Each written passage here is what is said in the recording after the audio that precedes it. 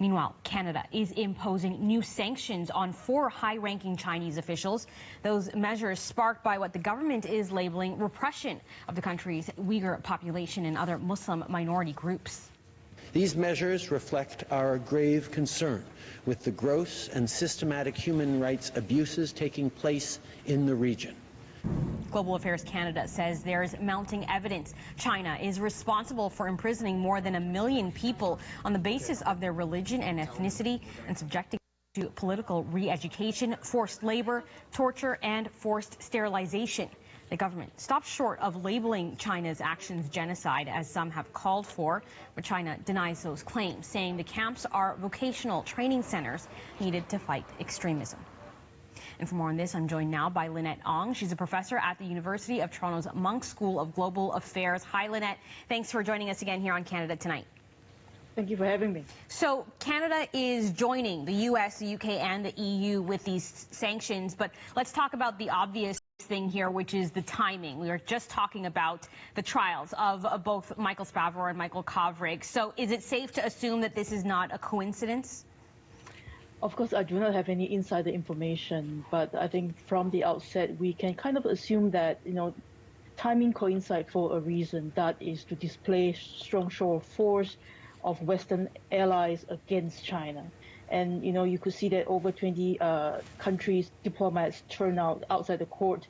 Yesterday in Beijing, they were refused to let into the hearing, and that is also a strong show of support. So is the joint declaration signed by almost 60 countries about a month ago that Canada has spearheaded, right? I think that is, almost a united front against China. So, of course, the PM has said that this has nothing to do with the Michaels. But, these sanctions against these 4 Chinese officials, let's look at what it actually does. It's going to see their assets frozen in Canada. It'll ban them from traveling here and bans businesses from providing them with financial service. So how effective do you think these sanctions are if they are, in fact, meant to target the human rights abuses against Uyghurs? Right. These sort of sanctions are usually more symbolic than anything else because there are all sorts of ways that you can circumvent the restrictions, such as registering assets under other people's names, for instance.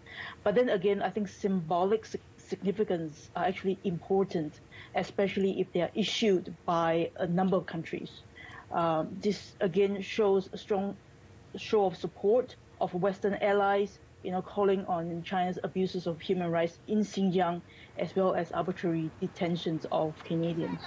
If this is aimed at the 2 Michaels, even though the PM says it's not, do you see it being effective in that case? I think overall it is, succeeding to varying extent in putting pressure on China. I think China, in its very logical mindset, should be thinking about the costs of convicting and imposing sentences on the 2 Michaels. I think the costs are increasingly higher for China for behaving badly in international stage. These sanctions come despite the fact that the PM has not used the term genocide to describe the situation in China. Does it matter whether or not that label is used, or is it more about the actions? I think it's a bit of both. The very fact that we have actually imposed sanctions, I think it's a recognition that there's a gross, human rights violations, and whether or not we call it a genocide, it could be semantic, but there could be more to it. But I think, the actual imposition of sanctions and restrictions on Chinese officials is very significant.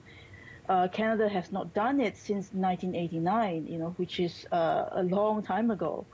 So, there's no doubt that the relations between China and Western democracies as a whole has reached a turning point, and this is a very critical point in world history.